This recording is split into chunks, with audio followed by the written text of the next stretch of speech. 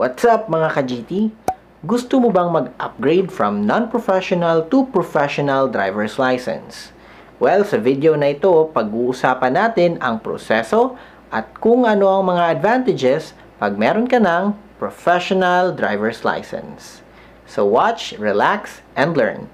Dito lamang yan sa GT Garage.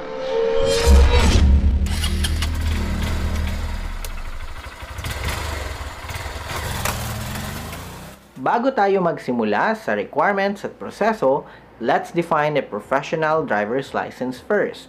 Ang professional driver's license will give you the right to drive a public utility vehicle or have any driving-related job as a source of income. Examples are pagiging driver ng bus, jeepney, taxi, grab car, at marami pang iba. Requirement din ito kung gusto mong maging delivery rider, kagaya ng Grab or Food Panda. Magsimula na tayo sa mga requirements. Number 1. Kapag ikaw ay holder ng RC1 Non-Professional Driver's License, sila yung merong restriction na pwede lamang magmaneho ng motor o di kaya tricycle. Dapat ang non-professional driver's license nyo ay at least 6 months bago kayo mag-apply. Para naman po sa mga holder ng RC2 and RC4 Non-Professional Driver's License, sila yung pwede lamang magmaneho ng mga private cars, van, and mini trucks. Dapat po at least 1 year ang inyong lisensya bago kayo mag-apply ng professional license. Well, advice ko na lang, kung hindi naman kayo nagmamadali, isabay nyo na lang yung pag-apply ng professional driver's license sa renewal ng inyong non-professional driver's license. In that way, makakatipid kayo and sulit na sulit ang inyong non-professional driver's license duration. Number 2 requirement, ang medical certificate from accredited LTO clinic. Ito ay nagre-range from 400 to 500 pesos. Number 3, para naman po sa mga gustong mag-upgrade kasabay ng renewal ng lisensya nila. Kailangan po ng CDE certificate or Comprehensive Driver's Education Certificate. Ito ay nakukuha po ng libre sa LTO portal. If gusto nyo pong manood, meron din po akong video para dyan. Again po, pag ikaw naman ay hindi pa magre-renew, no need na po ang CDE certificate. Number 4, ang LTO APL or application form. Meron po tayong link para dyan. Make sure to download it and fill it out at home. Mas maganda po na na-print nyo na po ito para less hassle pag nagpunta na kayo sa LTO. Meron naman silang form doon pero mas makakatipid ka ng oras pag ready ka na. Number 5 requirement, ang TIN ID or kahit yung tax identification number na lang. Since professional driver's license ang ina-applyan mo, requirement na po ang TIN dito. Panghuling requirement, ang online appointment. Well, depende po talaga sa local LTO office nyo. Pero as far as I know, halos lahat po ng offices ng LTO, they require an online appointment.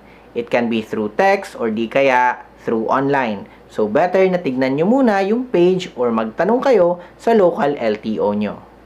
Pag kumpleto na po ang requirements and meron ng online appointment, punta na kagad sa LTO. Let's move on sa steps and procedures pag ikaw ay nasa LTO na. Number 1, isubmit lahat ng requirements sa front desk and they will let you know kung kumpleto na or may kulang pa. Number 2, proceed sa window upang ma-check ito ng validator. You can ask the front desk para mag-guide ka. Once approved, your name will be called sa cashier para magbayad ng 100 pesos application fee. Para ito sa theoretical exam na kukunin mo gamit ang LTO computer system.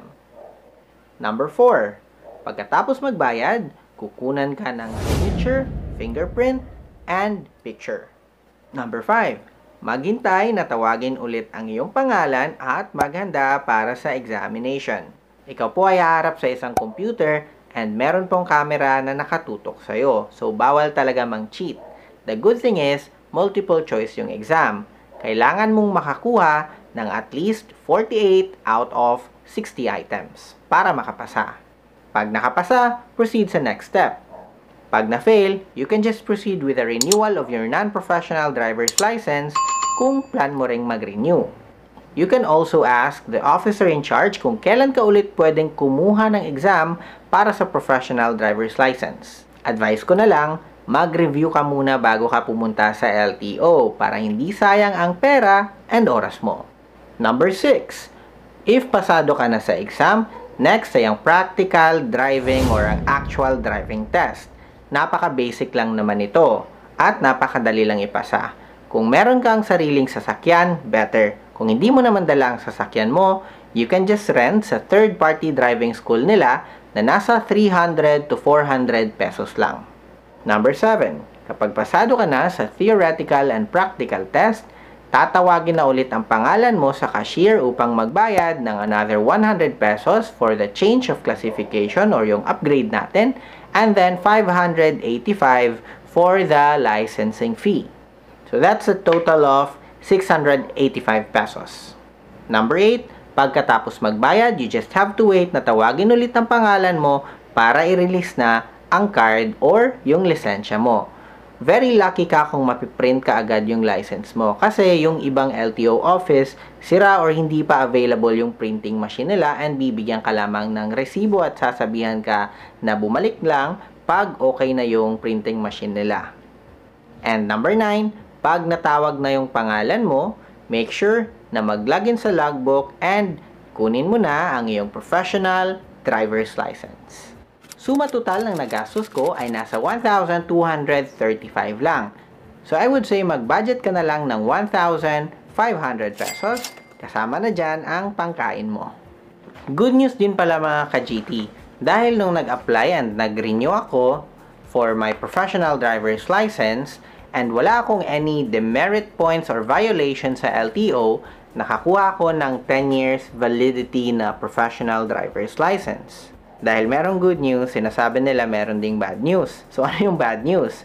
Kailangan kong mag-submit ng 3 medical certificate galing sa accredited LTO clinic within that 10 years. So for example, from 2022, yung license ko mag-expire siya ng 2032.